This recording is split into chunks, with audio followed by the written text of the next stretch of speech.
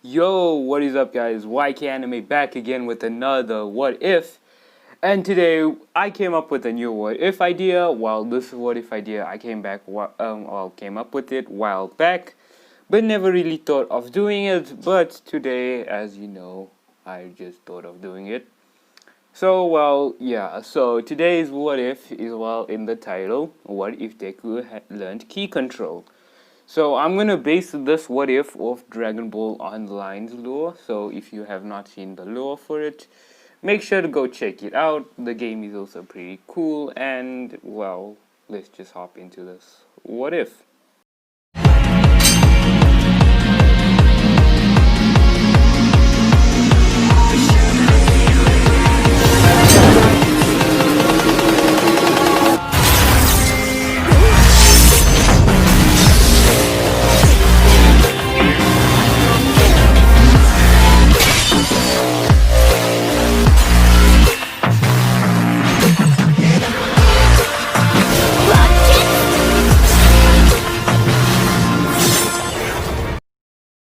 So recently, Midoriya Izuku has found out that he is quirkless, which kind of bums him out. So when he goes home with his mom, he decides to go to the library to learn of the history of quirks.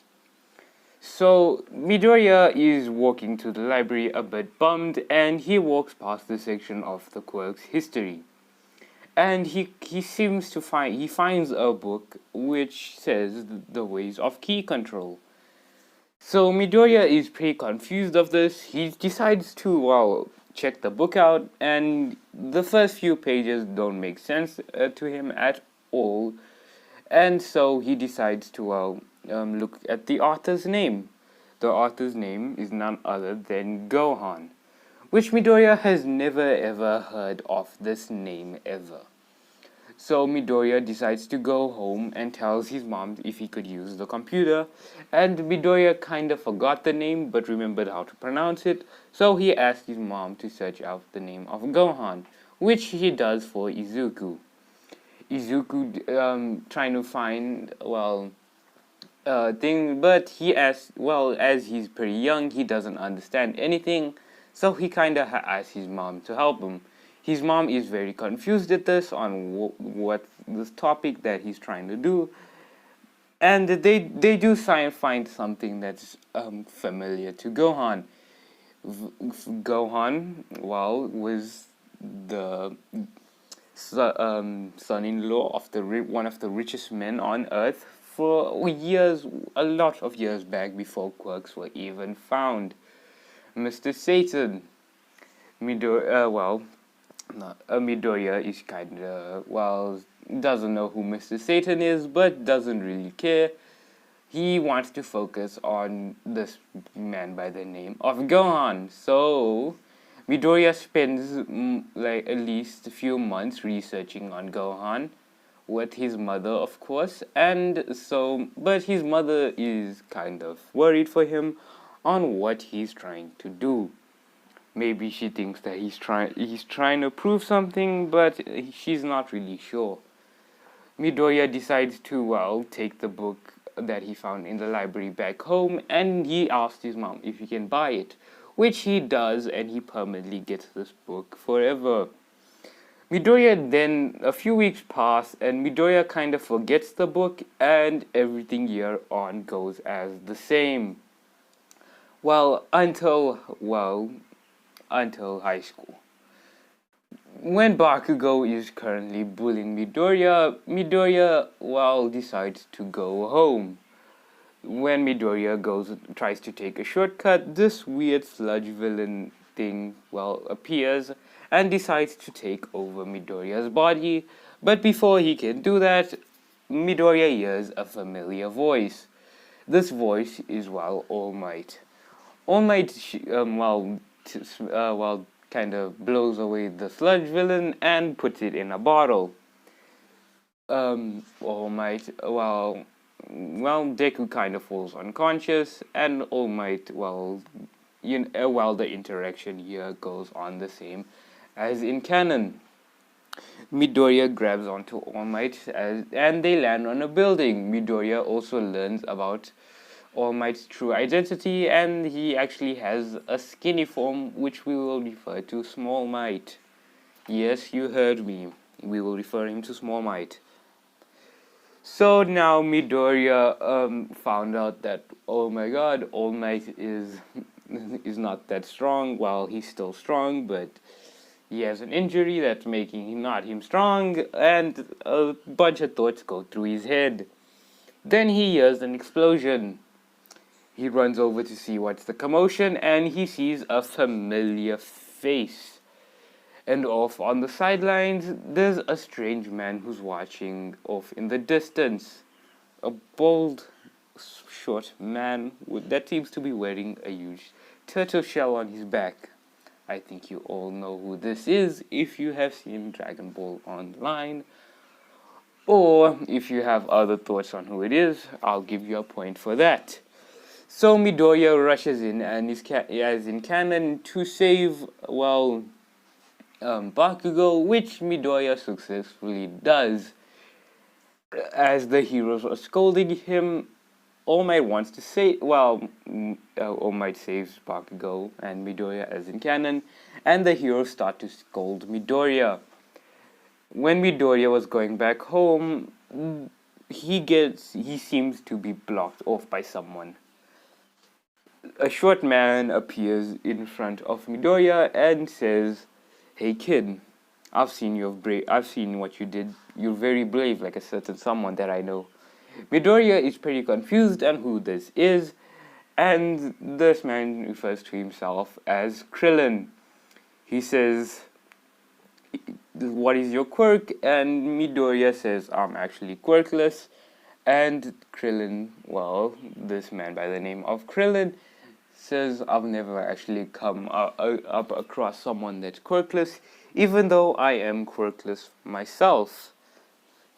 And Midoriya is kind of shocked and is like, he doesn't really care for Krillin, but he does ask about the turtle, the turtle shell on his back, and Krillin pretty much says, "Oh, I carry this around on my back because I'm kind of really strong, even though for being quirkless." Midoriya doesn't believe him, and he says, "Well, All Might is the strongest person, so I do not know what you're talking about." And Krillin simply takes off the shell, throws it to Midoriya, and tells him to lift it. Midoriya tries to lift it, but he is unable to move it. He just simply says, I'm weak to carry this anyways."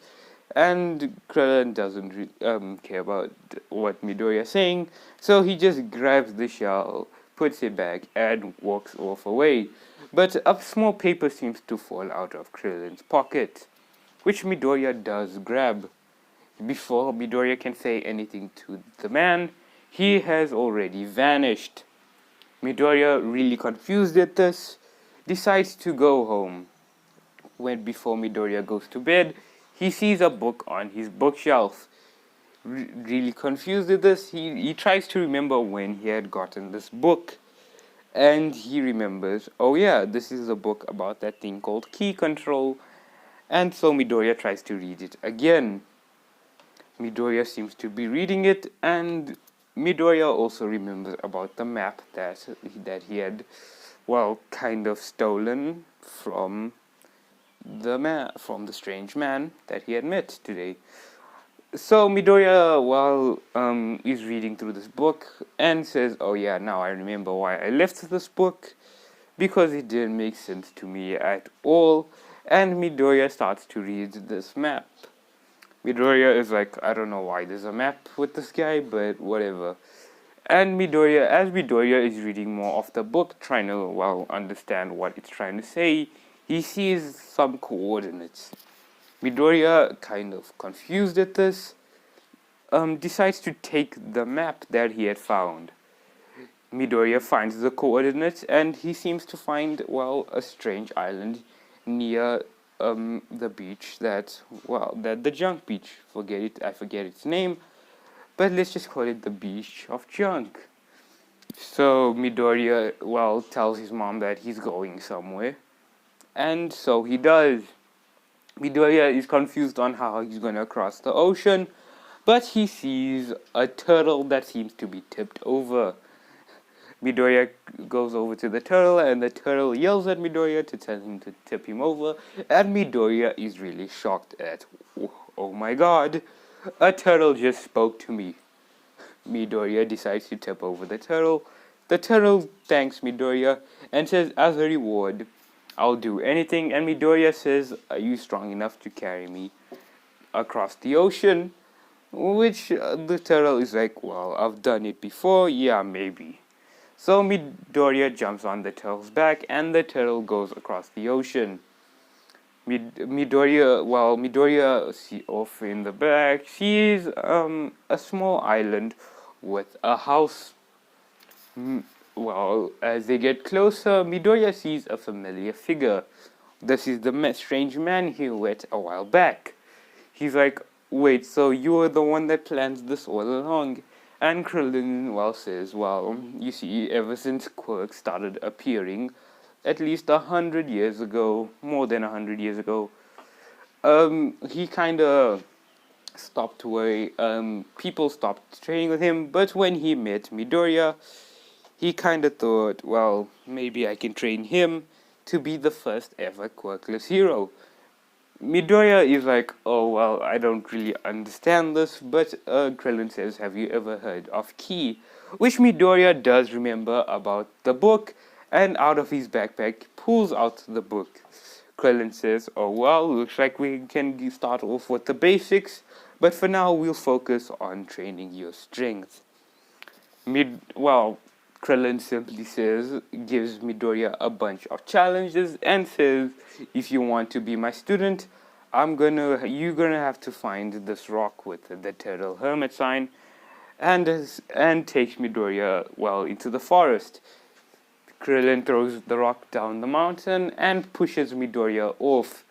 Midoriya, really shocked at this yelling for help, gets actually caught onto a branch.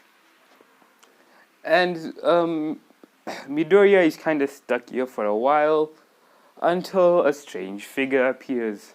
This figure, has black hair and walks up to Midoriya and says, "Hey kid, what do you think you're doing here? This isn't a place for you." And Midoriya looks at this man, and Midoriya is like, "Could you help me?" And this man helps Midoriya. Midoriya thanks the man, and the man is like, you should go. But Midoriya says, no, I am training here, pretty much. And before the strange man is about to say anything, Midoriya asks for his name. The man simply says, I don't have a name, but refer me to 17. Midoriya says, what a strange name.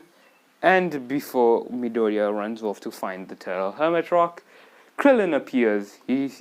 By saying, long time no see, 17. And so, an interaction between 17 and Krillin happens. They're chatting about, Krillin starts to chat about, that this will be Midoriya's this will be his new student. And so, 17 is like, oh well, you do you, and flies off.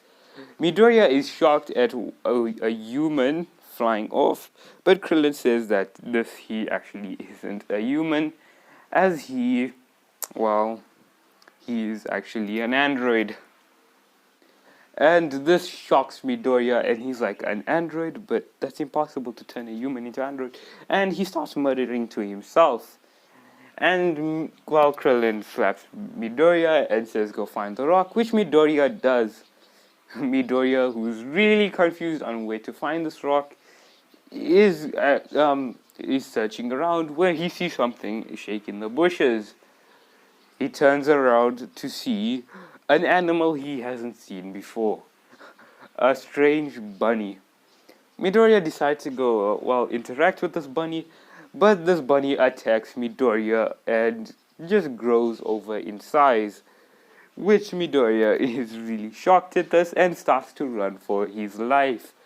He's really scared at this, and he actually gets saved by another animal that seems to be a purple bull. And the bunny and this weird bull-looking creature start to duke it out. Midoriya decides to go find the rock, and when he goes into a cave, well, there's nothing really in here, but he's been searching for hours, and he just thinks that everyone left him, and he's probably gonna die here alone. And Midoriya decides to sleep, but little does he know, someone is watching him off in the distance. Midoriya decides to walk out, and well, to his surprise, he turns to the right to see the rock with the hermit sign, which kind of shocks Midoriya because, well, he spent so long looking for the rock, but he's kind of happy that he did, and he yells out to Krillin, but no one really appears. He starts to call out for the android by the name of 17, but no one appears. And a certain someone decides to intervene with Midoriya's yelling. This man simply says that, "Hey kid, I think you're too young to be out here in the forest." And Midoriya turns up to see a strange figure flying. And, well, anyways, I'm gonna be leaving this what if here. So if you guys really enjoyed it, make sure to like or comment if you want a part 2, and I'll make sure to do it. If you want any other part 2s of what if I've done, or you want to recommend me what if, go into the comment section or join Six Mysta's Discord server, where you can talk to me, because as I'm online there pretty much all the time, and I'm too lazy to make my own Discord server, so I'm just using Six Mysta's. And also make sure to go subscribe to the avatars of the Mysta clan, as I also upload videos there. Well, anyways, hope you guys enjoyed this what if.